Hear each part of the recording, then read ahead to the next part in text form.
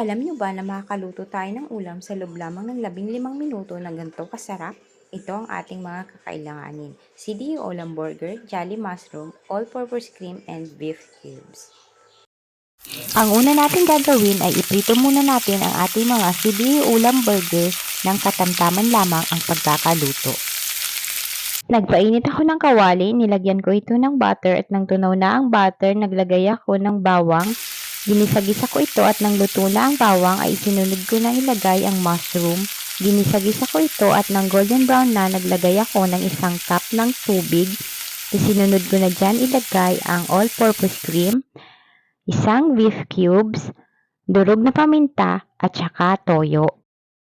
Halu-haluin at lutuin ng kaunting mga minuto upang lalong sumarap ang ating cream. At kapag ganyan na nga ang consistency ay luto na ang ating cream, atin na itong ilagay sa ating piniritong ulam burger kanina at sa loob lang ng 15 minuto ay tapos na ang ating ulam for today.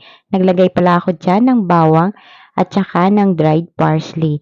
At ayan na, tapos na ang ating ulam for today. Thank you for watching everyone. Bye! Love you all!